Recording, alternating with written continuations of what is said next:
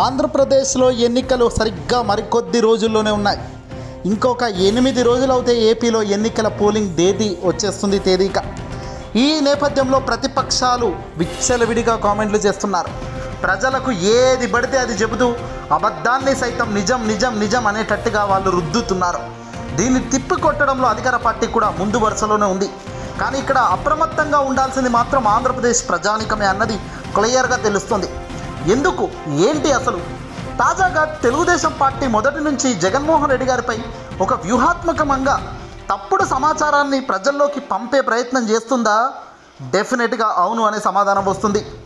ఇక తాజాగా మరోసారి జగన్మోహన్ రెడ్డి గారు వస్తే అధికారంలోకి మీ భూములు లాక్కుంటాడు అనే ఆందోళనకు గురయ్యేలా చంద్రబాబు తెలుగుదేశం పార్టీ మీడియా విష ప్రచారం చేస్తుండడం నిజంగా దారుణమని చెప్పాలి.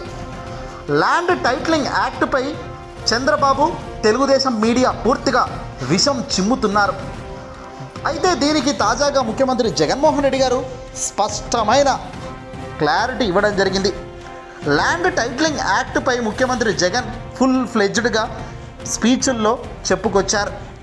భూములపై రైతులకు సంపూర్ణ హక్కులు కల్పించడమే ఈ ల్యాండ్ టైటిలింగ్ యాక్ట్ యొక్క ముఖ్య ఉద్దేశమని జగన్మోహన్ రెడ్డి గారు రాష్ట్ర ముఖ్యమంత్రి హోదాలో ఈరోజు జరిగిన ప్రతి బహిరంగ సభలో తాను చెప్పారు. తమ భూముల కోసం రైతులు కోర్టుల చుట్టూ తిరుగుతున్నారు.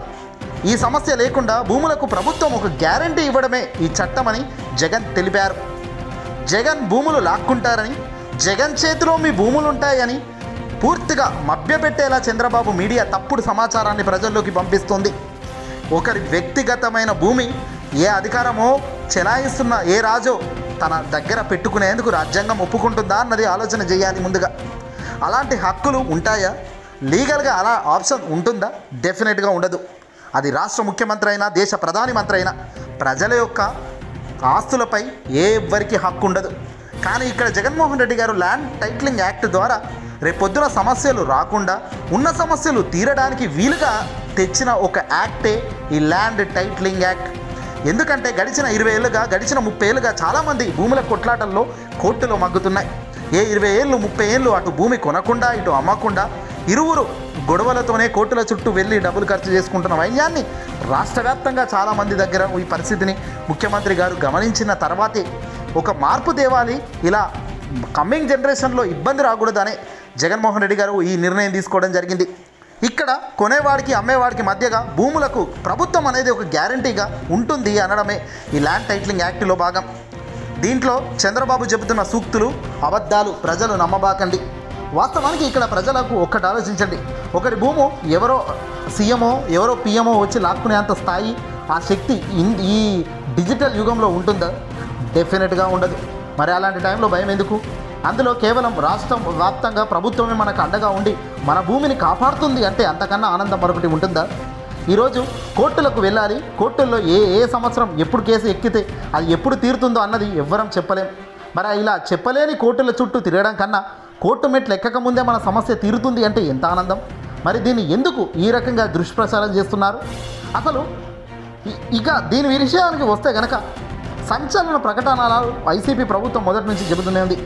ప్రస్తుతం ల్యాండ్ టైటిలింగ్ యాక్ట్ అమలు కాలేదట. ఇంకా దేశవ్యాప్తంగా ఈ చట్టంపై ఒక అభిప్రాయానికి వస్తే దీనిపై ఏపీ ప్రభుత్వం ఒక నిర్ణయం తీసుకుంటారు. ఈ స్టాంపింగ్ విధానం టీడీపీ హయాంలో 2016లోనే హైలైట్ ప్రాజెక్టుగా మొదలైందని ఇక్కడ వైసీపీ నాయకులు చెప్తున్నారు. ఎన్నికల నేపథ్యంలో అధికార వైసీపీ ప్రభుత్వంపై బురద జల్లేందుకు ఎల్లో మీడియా తప్పుడు రాతలు రాసి ప్రజలను పూర్తిగా భయాందోళనకు గురి చేసి ఓటును తమ వైపు తిప్పుకోవాలి అన్న పిచ్చి కోరిక తప్ప ఇక్కడ మరొకటి కనిపించడం లేదు.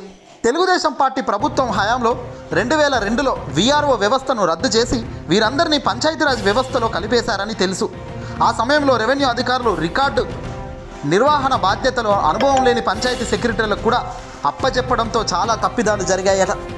ప్రస్తుతం ప్రిజెంటేటివ్ ల్యాండ్ టైటిలింగ్ సిస్టమ్ వల్ల సబ్ డివిజన్ పనులు, వంశపారపరంగా వచ్చే మార్పులు, లావాదేవీలు, రెవెన్యూ రికార్డుల్లో మార్పు చేయాలంటే దరఖాస్తుదారుడు పలు కార్యక్రమాలు ఆఫీసుల చుట్టూ తిరిగే పరిస్థితి ఉంది. రికార్డ్ ఆఫ్ రైట్స్ యాక్ట్ 1971 కింద ఈ చట్టం పూర్తిగా విజయవంతం కాలేదన్నారు. భూముల నిర్వహణ, మార్పులు, కొనుగోలు, అమ్మకాలు, అలాగే భూ రికార్డుల నిర్వహణ వివిధ పరిష్కారానికి ఒక సంపూర్ణ చట్టం అంటూ లేదు.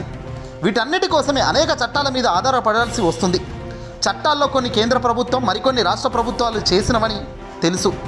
కానీ కేంద్ర ప్రభుత్వం చేసిన చట్టాలకు సవరణ గవర్నమెంట్ ఆఫ్ ఇండియా చేస్తుందని తెలుపుతున్నారు. ఇక్కడ 2003లో బయటపడిన రైతులకు, భూ ఓనర్లకు, భూభాగాలకు అందరికీ సంబంధించిన పూర్తి హక్కులు కల్పిస్తారు. భూ యాజమాన్య హక్కులకు సంబంధించి జరిగే మార్పులు చేర్పులు ఎప్పటికప్పుడు నమోదు చేయడమే లక్ష్యంగా, పక్కదారి పట్టకుండా భూములన్నీ రక్షణగా అందించడమే ఈ చట్టం యొక్క ముఖ్య ఉద్దేశం. ఇదే సమయంలో భారత ప్రభుత్వం ఎప్పటి నుంచో రెవెన్యూ రికార్డులు, భూ హక్కుల పరిరక్షణ అంశంపై రాష్ట్రాలు ప్రత్యేక చట్టాలు చేయాల్సిన అవసరం ఉందని అందరూ భావిస్తున్నారు.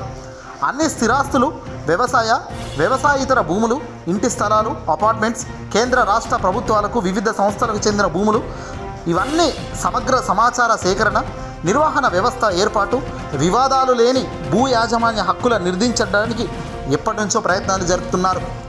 భూ యాజమాన్య హక్కుల్లో జరిగే మార్పులు చేర్పులు ఎప్పటికప్పుడు రికార్డ్స్ నందు నమోదవుతూ ఇతర కార్యాలయాల చుట్టూ తిరిగి సమస్యను తొలగించేందుకు ఉపయోగపడుతుందన్నారు. భూ యాజమాన్య హక్కులను సంబంధించిన మార్పులు చేర్పులన్నీ నిర్దిష్ట కాల వ్యవధిలో నమోదు చేస్తుందని చెప్పారు. హక్కుదారుల భూ హక్కులను పరిరక్షిస్తూ వివాదాలు లేని భూ పరిపాలన చేసేందుకు ఉపయోగపడుతుందన్నారు. ఈ చట్టం ద్వారా రైతులకు, భూ యాజమాన్యులకు భూభాగానికి సంబంధించిన పూర్తి హక్కులు కల్పిస్తుంది. ఈ చట్టానికి సంబంధించి ఇంకా రూల్స్ తయారు చేయలేదని, ఈ చట్టం పరిధి ఇంకా పూర్తిగా నిర్ధారించలేదని, ఈ చట్టంలో డిజిగ్నేట్ చేసిన అధికారులకు ఇంకా అపాయింట్మెంటే కాలేదని ప్రభుత్వ ప్రజలు సలహాలు, సూచనలు తీసుకొని అవసరమైన మార్పులు చేర్పులు చేసేందుకు సిద్ధంగా ఉందని ప్రభుత్వ పెద్దలు చెబుతున్నారు. రూల్స్ తయారు చేసి కాంపిటేటివ్ అథారిటీ అనుమతి పొందిన తర్వాత ఈ చట్టాన్ని అమల్లోకి తీసుకురావడం జరుగుతుందని స్పష్టం చేశారు.